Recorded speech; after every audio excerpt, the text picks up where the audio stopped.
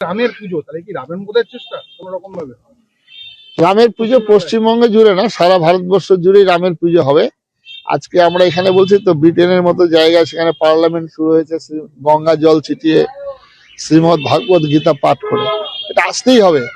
মানুষ, তার মানুষ যদি হতে হয় মানুষকে, তাকে আমাদের সনাতন ধর্মের যে নীতি নিয়ম, সেই নীতি নিয়মের মধ্যে আসতেই হবে। পশ্চিমবাংলায় কি রামবোধের চেষ্টা? কারণ আমাদের ছোট্টবেলায় শিশুদেরকে আমরা যে শেখাই স্কুলে, অসত মা সদ্গময়, তমসো মা জ্যোতির্গময়, মৃত্যুর মা অমৃতঙ্গময়, আবির আবির্ময়েদি। অসত্য থেকে সত্যের পথে নিয়ে চলো, অন্ধকার থেকে আলোর পথে নিয়ে চলো, মৃত্যুলোক থেকে অমৃত লোকে নিয়ে চলো। এই প্রার্থনা ভারতবর্ষ ছাড়া আর কোনো ধর্মের মানুষ এই শিক্ষা দেয় না। আমরা ছোট্ট পশ্চিমবঙ্গের বুকে নিশ্চয় মানুষ যত ধর্ম প্রাণ হবে, মানুষ যত ধর্মের প্রতি আকৃষ্ট হবেন, তখন তারা এটা পুজো করবেন। কেউ আমাদের ভারতবর্ষে যেটা হয়, বাহ্যিক পুজোর বেশি হয়, যেমন দুর্গা পূজা বেড়ে গেছেন, এরকম রাম পুজো হবে। এখন তো মারুতি পুজো হচ্ছে, গণেশ পুজো হচ্ছে। তবে এই পুজোগুলোর আস্তে আস্তে যে উদ্দেশ্য, আমরা আজ ভগবান রামচন্দ্রের পুজো করলেই হবে না। আমরা যেটা বলি, রামচন্দ্রের পুজো করতে গেলে রামচন্দ্রের আদর্শটাকে কিছুটা মানতে হবে নিজের জীবনে। রামচন্দ্র কি করেছেন? রামচন্দ্র আদিবাসী, বনবাসী, গিরিবাসী ভাইদেরকে তাদের এঁটো খেয়েছেন, তাদের সঙ্গে বন্ধুত্ব করেছেন। তো আজকে আমরা যারা শিক্ষিত মানুষ, তারা আমরা আদিবাসীদেরকে ভাই বলিনি, আদিবাসীদের সঙ্গে মিশিনি, যার ফলে আজকে স্বামী বিবেকানন্দ বলেছিলেন, ভারতবর্ষ থেকে একজন খ্রিস্টান হয়ে যাওয়া মানে সংখ্যা কমে যাওয়া নয়, ভারতের শত্রুতে পরিণত হওয়া। আজকে উত্তর পূর্ব ভারত পুরো ভারতবর্ষ থেকে বিচ্ছিন্ন হয়ে গেছে। কারণটাই হচ্ছে তারা সেখানে খ্রিস্টানরা সংখ্যায় বেশি বেড়েছে। যদি আমরা জয় শ্রীরাম স্লোগান, যদি আমরা রামের ভক্ত হই, তাহলে প্রত্যেকের উচিত হলো পাশের বাড়ি যে গরিব দুঃখী মানুষ আছে তাদের খোঁজ নেওয়া, তাদের সঙ্গে মেশা, তাদেরকে বন্ধু বলা, তাদেরকে ভাই বলে ডাকা। আমরা এটা করিনি। রবীন্দ্রনাথ বলেছে, হে মোর দুর্ভাগা দেশ, যাদের তুমি করেছো অপমান, অপমানে হতে হবে তাদের সবার সমান। আজকে আমাদের মন্ডল টাইটেল, চৌধুরী টাইটেল, সরকার টাইটেল 2 পুরুষ 3 পুরুষ আগে আমাদেরই হিন্দু সমাজের ছিল। আমাদের যে কোনো কারণেই হোক, তারা আজকে বিচ্ছিন্ন হয়ে গেছে। তাই যত জয় শ্রীরাম, রামের পুজো হবে, তত সারা ভারতবর্ষের প্রত্যেকটা মানুষের সঙ্গে আমাদের সম্পর্ক গড়ে উঠবে। এটাই হচ্ছে রামচন্দ্রের পুজো।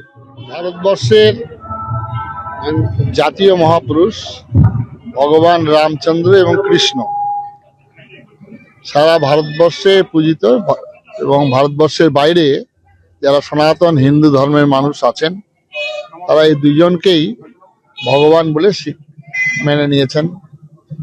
সারা পৃথিবীতে গ্রামে গঞ্জে যেখানেই সনাতনী হিন্দুরা আছেন, এবং স্বামী বিবেকানন্দই বলেছেন যে যতদিন সনাতন ভারতবর্ষের হিন্দুরা ঈশ্বর অনুসন্ধানে রত থাকবে, ততদিনই কৃষ্ণ বাঁশি বাজাবেন, মা কালী পাঠা খাবেন, আর শিব সারে চড়ে পৃথিবী ভ্রমণ করবেন।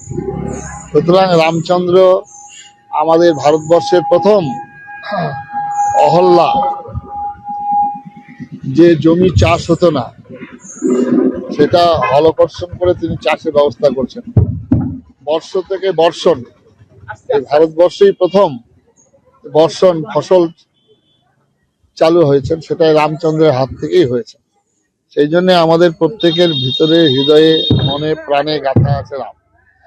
স্বামী বিবেকানন্দ বলেছেন, রামের পুজো কর, হ্যাঁ, ঢাক বাজা, কাঠের বাজা, মারুতির পুজো কর। সুতরাং রামের পুজো হবে। দেশের মানুষ জয় শ্রীরাম, জয় শ্রীরাম। আমরা যে মহাপ্রভু দিয়ে গেছেন যে 16 নাম 32 অক্ষর, সেটা হরে কৃষ্ণ কৃষ্ণ কৃষ্ণ হরে হরে, হরে রাম রাম রাম হরে হরে। কিন্তু বিল্ডেকে দেখা যাচ্ছে এক শ্রেণীর মানুষ বিশাল তাণ্ডব চালাচ্ছে, কিন্তু অথচ যাদের হাতে নিরাপত্তা দায়িত্ব, যেটা মিডিয়া বন্ধুরা আজকে যেটা আপনারা বলেছেন, যে আজকে বাংলাদেশের ঘটনা মিডিয়া বন্ধুরা ছিল বলেই আমরা জেনেছি, আর বেশি করে, নালে আমাদের বাংলার মানুষ জানতে পারতো না। এক শ্রেণীর মানুষ যেটা বলছেন আপনারা, এক শ্রেণীর মানুষ যখন সংখ্যা হবে তখন বেলডাঙ্গা সর্বত্র ঘটনা ঘটবে।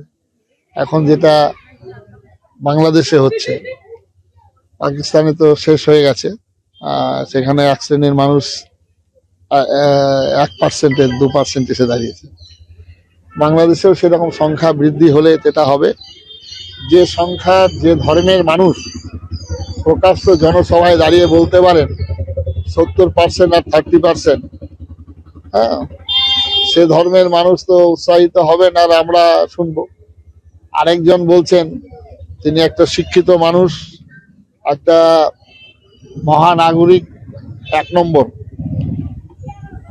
তিনি বলছেন যারা ইসলাম ধর্ম গ্রহণ করেনি তারা হচ্ছে হতভাগা দুর্ভাগা দাওয়াতি। এটা আমাদের কোনো হিন্দু, কোনো যত বড়ই হোক না কেন, এটা বলতে পারবে? আমরা কোনোদিন বলেছি? কোনো সনাতন ধর্মের মানুষ এই কথা বলে না।